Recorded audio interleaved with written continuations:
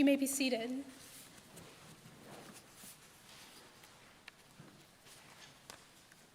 I hope you all have brought all those things that have been holding you back and weighing you down tonight, because tonight is a night that we will give it to God.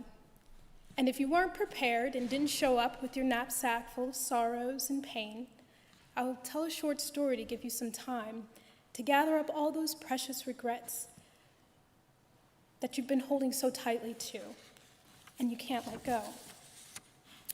Incline your ear and come to me. Listen, so that you may live. I will tell you how the Lord has made an everlasting covenant with you. The story begins at a wedding. The father has adorned the chapel with beautiful flowers, the finest linen, and has prepared a reception banquet for all the bridegroom's guests. During the wedding ceremony, the bride and groom exchange their vows.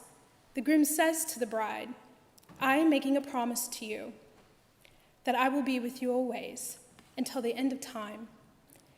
If you are ever lost, I will find you. If you are sad, I will send my spirit to give you joy. And if you are weak, I will strengthen you. And when you die, I will breathe the breath of everlasting life into you so that you may live." The bride replies, "What could I possibly give for such great a love? But I do adore you, and I will praise you always. I will never forget this great love that you have shown me tonight. No matter how far apart I may move from you, I will always return." Just then, the vows were sealed with a kiss, and instantly, the bride noticed something out of the corner of her eye. It's someone in the chapel watching her. Just then, a desire overwhelms her, and the bride leaps from the altar and runs after this person she thinks she sees. The bride is in such a fury of emotion that she runs out of the chapel doors, down the road, ignoring stop signs, the traffic, and the cries of the groom, who she abandoned at the altar. The bride believes she's almost in reach of this person who she's seen, and she's sure she knows. The day turns to night, and she realizes she's made a mistake. She turns around and makes her way back to the chapel.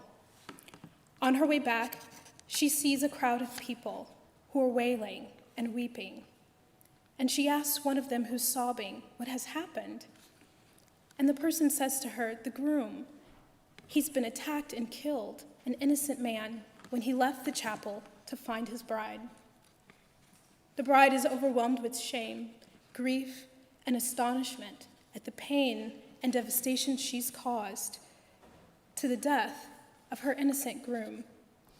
The fear of being recognized for who she is, the bride rushes away out of the crowd and finds herself lost again. In her exhaustion and confusion, she sees a young girl who asks her, "Why are you crying?" The bride confesses what she's done. "Because of my sin, my groom has died. He's promised me love and life, and because of some overwhelming passion, which I can't even fully understand, I left the arms of the one who loves me. I don't know what has come over me, and now I am lost. I will die. This is my punishment. Who will find me, and who will save me?" The young girl says to her, "I know you. You chased me down and out of the chapel. You are the beloved.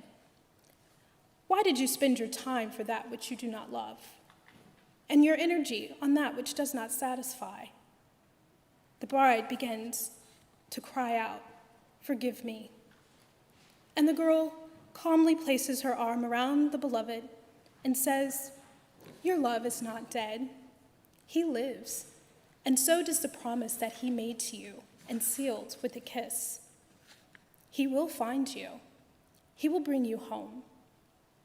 The beloved remembers the promise of her love, and her sorrow is turned to joy, and her despair to hope.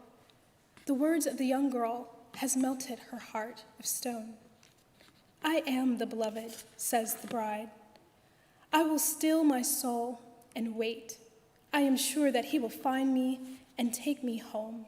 And when he does, I will let everyone know how great is the one who loves me and who has given his life to bring me back from this dark pit that I find myself in. I do not deserve such a love.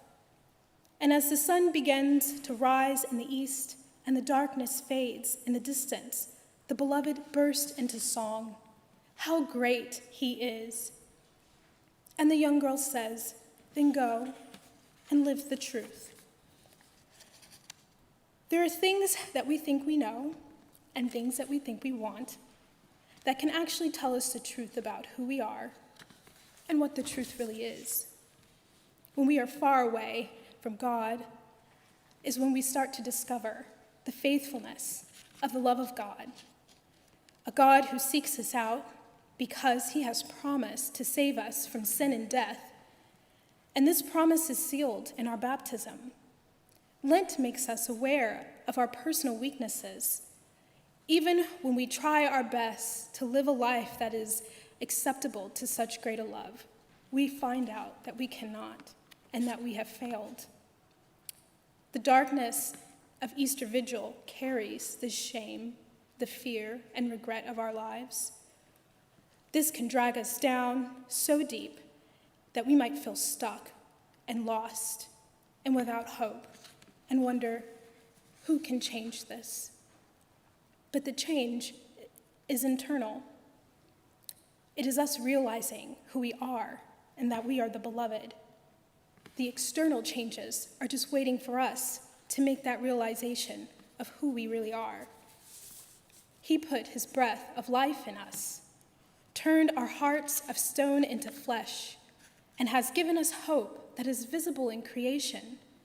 As the sun rises, light conquers dark, and we are reminded that death shall not prevail over us who have faith in Jesus Christ. I would like to make a correction. We will not be giving it all to God tonight, because God already has it. He bore our pain, sin, guilt, fear, and he carried it all for humanity. It is time we carry it alongside Christ and suffer with him and all of us here together. As dusk approaches, let us wait with all of our iniquity right before us, knowing that we cannot change suffering and death of life, but the God who loves us has changed it for us. For whatever it is that you have brought with you today in your knapsack, you shall not see again. The Lord has fought and died for you. You have only to keep still. As we sit in the darkness and the dawn breaks, see how God has revealed the knowledge of our salvation. Those who leave tonight, weighed down by life's burdens, will come again with joy. Because the word of God is faithful and it lasts for eternity. He made a promise that he sealed with his own blood. He will come for us. He will bring us home. Now let's go and live that truth.